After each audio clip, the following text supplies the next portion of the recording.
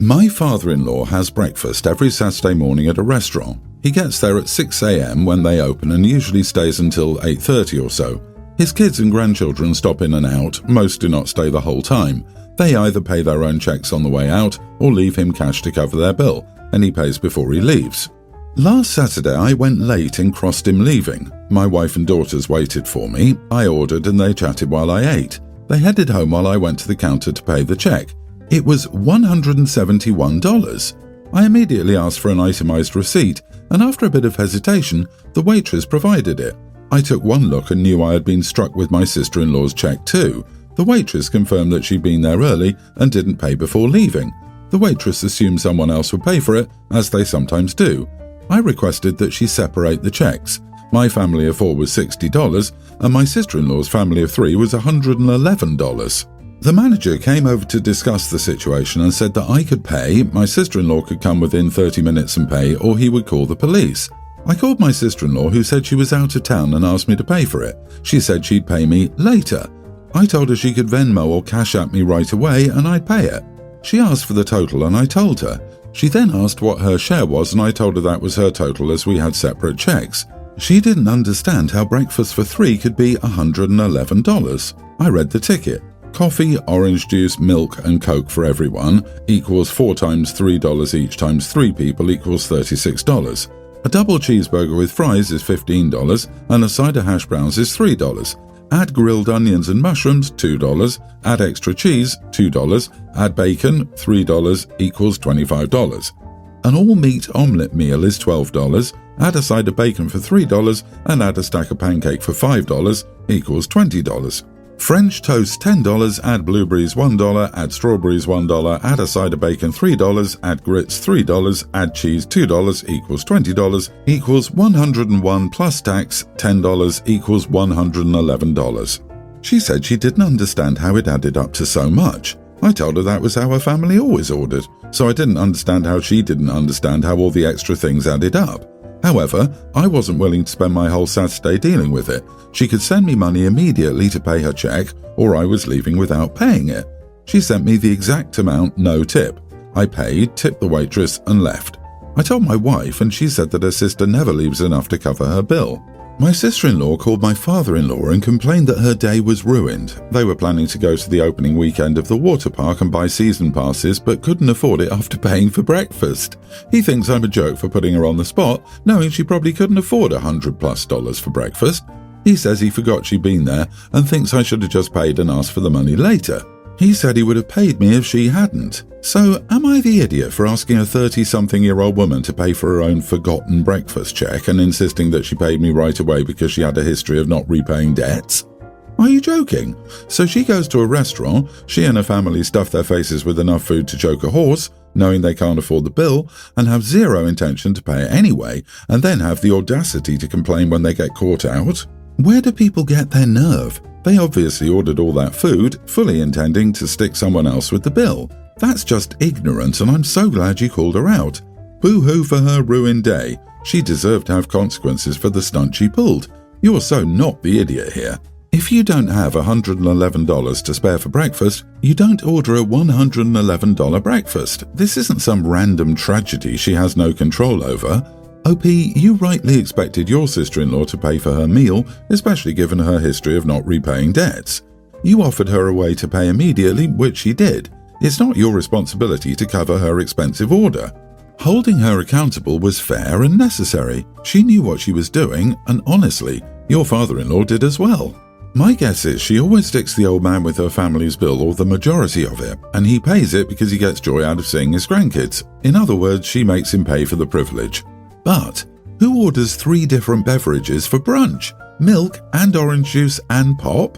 That's crazy.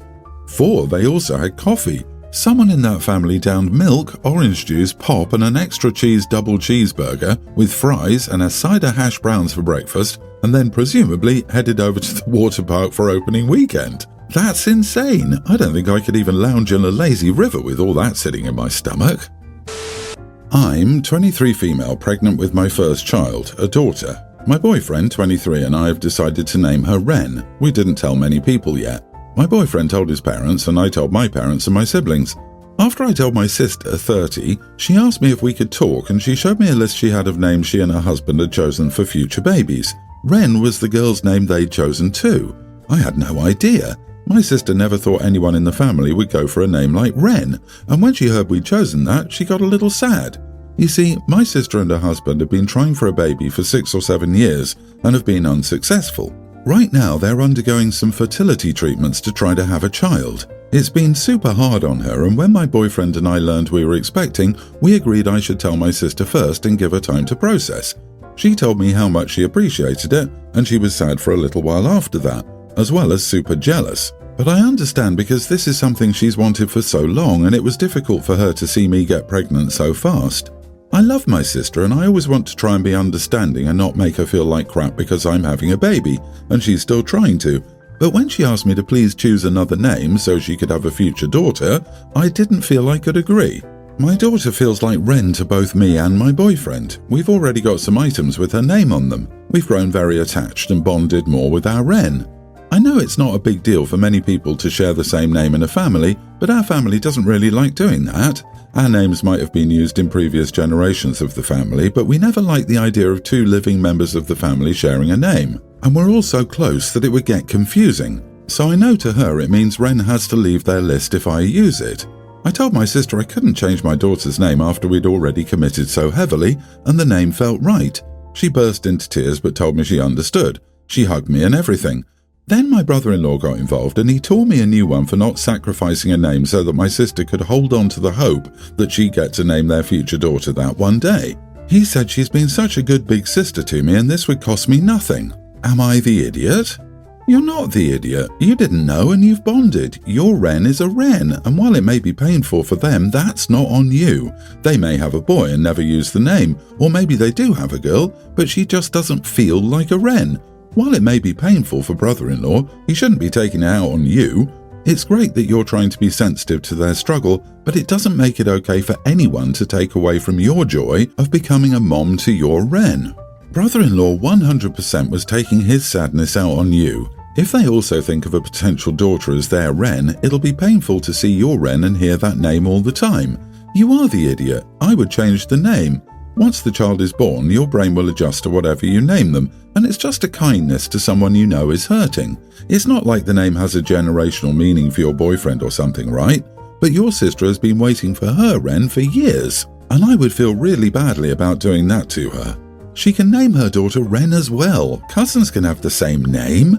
My friend had her daughter 5 months after me. We later learned that she wanted to name her little girl the same as I did my daughter.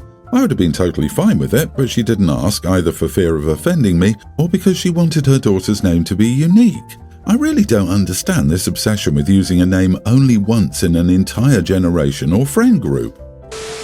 I, a male teen, graduated last Friday. After the ceremony ended, I couldn't find my parents anywhere. I looked around for them and then decided to look at my phone. My mom sent me a text a while ago letting me know that my sister went into labour and she and my dad were at the hospital.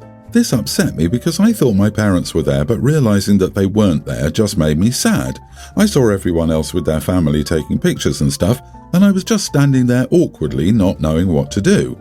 My mom told me that they would be back as soon as possible to come and get me. They did not. I waited for a good 20 minutes watching everyone else leave. I decided to just walk home because I got tired of waiting. I walked 3 miles before my parents drove by and made a U-turn to come and pick me up. They were mad when they saw me walking. They told me it was disrespectful of me to leave without telling them and accused me of putting myself in danger. I told them that there weren't a lot of people left at the ceremony and that I didn't want to wait any longer. I also told them that they knew it was important for them to be there and they completely bailed on me. They told me that they were sorry and kept trying to justify why they left.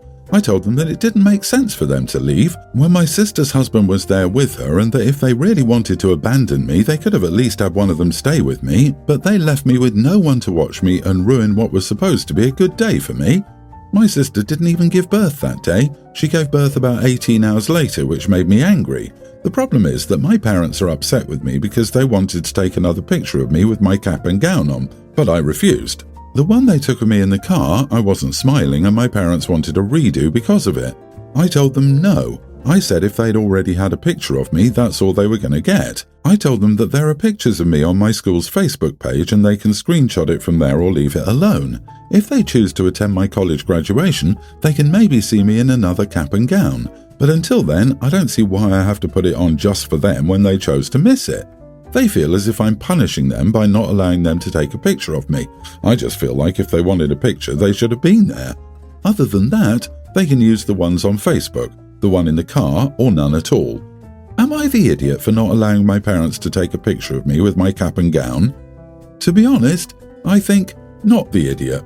It would be different if your sister was alone or in distress, but she wasn't. It also sounds like it was her first, which notoriously takes hours and hours. If she was safe and had her husband with her, they could have waited a couple of hours with you and then all gone together. Or like you said, one of them stayed. Is she the golden child? I wouldn't be surprised if your sister didn't even want them there. So many grandparents rush to the hospital as soon as they hear the word labour, but oftentimes they can't go into the room, or if they do, they aren't exactly wanted. They should have been there for you. At the very least, one of them should have remained. Buddy, I'm so very, very sorry. Your parents, on the other hand, are massive idiots. There was absolutely no need for them to trail your sister to the hospital. Your sister had her husband to be with her. A high school graduation is a big deal, and your parents threw it away for absolutely no reason whatsoever. What they did was truly awful, and the fact that they don't get how awful they are is quite telling of how out of touch they are. I'm so sorry. As for the photos, I hope you got some great photos with your friends for posterity. No, you do not need to put your cap and gown back on and play dress up. The moment has come and gone, they made a choice and they can live with the consequences. That is what you tell your parents. Gonna preface this by saying, what the actual heck? My girlfriend, 26, has had the same emotional support water bottle for approximately 3 years. She takes it with her everywhere and only drinks water out of that bottle. I, male 25, learned a month ago that she doesn't wash it, just refills it once it runs out. So I washed it and holy crap, there was mold growing inside. I tried my best to clean it, but I couldn't get it all out no matter how much I tried. I told her about the mold and that I think she needs to get a replacement water bottle. She said no, that it was her decision. I kept bringing it up and she kept saying no. So I went out and bought 4 different water bottles, 1 identical and 3 that are really similar. I gave them to her and tried to explain that drinking out of a mouldy water bottle would affect her health. She relented and started taking the identical one to work, but she said she wanted to keep the original just to have it. I backed off. Well, yesterday I found the water bottle I bought with the lid still sealed and the original bottle half full. I chucked it right then and there. I threw it in the bin and told her what I did. I said she couldn't keep drinking out of that and putting her health at risk. She's angry, extremely angry. Her friends are all angry at me too, but her parents and siblings are all on my side. Am I the idiot? I know I'm probably a bit of an idiot, but I feel really justified about it. Not the idiot. But I seriously can't wrap my head around how a 26-year-old woman can act like such a petulant child. Drinking out of the mouldy bottle and then throwing a fit when you step in because you justifiably worry about her health? Sheesh, why is she so attached to this water bottle? Does she have mental health issues? There's a whole social media trend about emotional support water bottles. During the global issue, a lot of girls online, even myself, preached about how we can use the lockdown time to get a skincare routine and drink water. Buying a water bottle and taking time to decorate and care for it became a huge trend on social media. I still have my emotional support hydro flask from 2019 or 2020-ish. Of course, it's probably washed though. Everyone's the idiot here. Not your call, mate. I totally agree with you that it is unhealthy and should be tossed, but it wasn't yours to throw away. It was her property. You could ask her to do it, plead with her to do it, or even tell her it goes or you go. But throwing away something that was obviously important to her was an idiot move. I feel like I'm taking crazy pills. It was a mouldy water bottle, a damn biohazard. So he should just be okay with letting his girlfriend actively drink water that could kill her? As a partner, you're supposed to step in when your SO is objectively wrong. You're family, you're responsible for each other, and you keep each other safe. I, 38 female, have been married to my husband Rob, 52 male, for 4 years now. My husband's late wife died 1 year before we met, and we dated for 2 years before marriage. He has 2 kids, Madison, 28, and Brett, 26. Note, I'm not calling them my stepkids because they explicitly told me that I'm not their stepmom, just their dad's wife. I didn't play a part in raising them, so I'm okay with that. It's always been tense between us. I've tried my best to be kind to them and have been generous when I can, but they're very cold with me. Being a child of divorce, I can partially relate to a parent moving on, so I try not to force anything.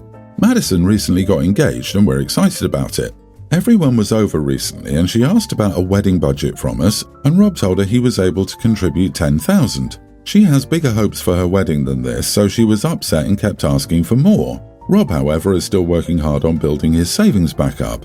Before his late wife died, he basically wiped out his cash savings, had to cash out his 401k, and even took a small mortgage on his house to cover medical costs as well as life expenses, since he had to cut back on working. Eventually, he had to drop that job for a more flexible but lower paying one, so this $10,000 is really generous from him.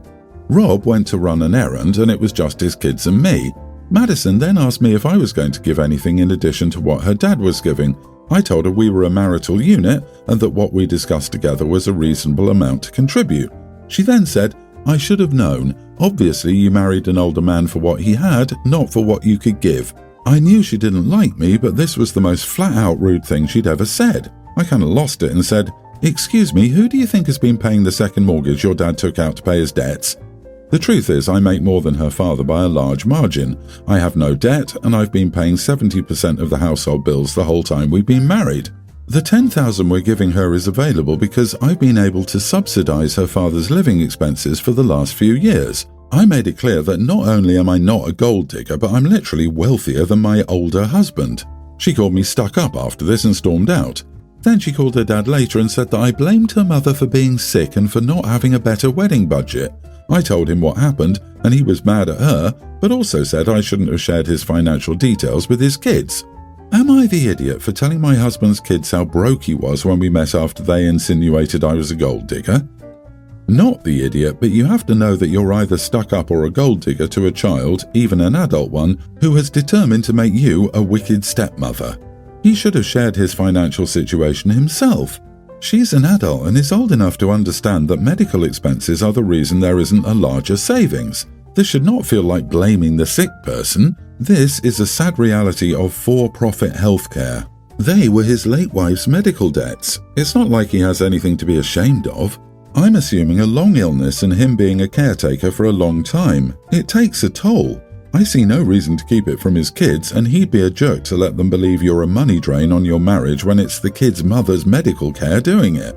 Next time Madison calls you a gold digger, tell her to hold the mirror up to her own face, because asking someone to give more money is an idiot move. The kids are grown-ups and now they need to start adulting. She's lucky she got that offer from her dad. Why do these kids act so entitled? Ugh!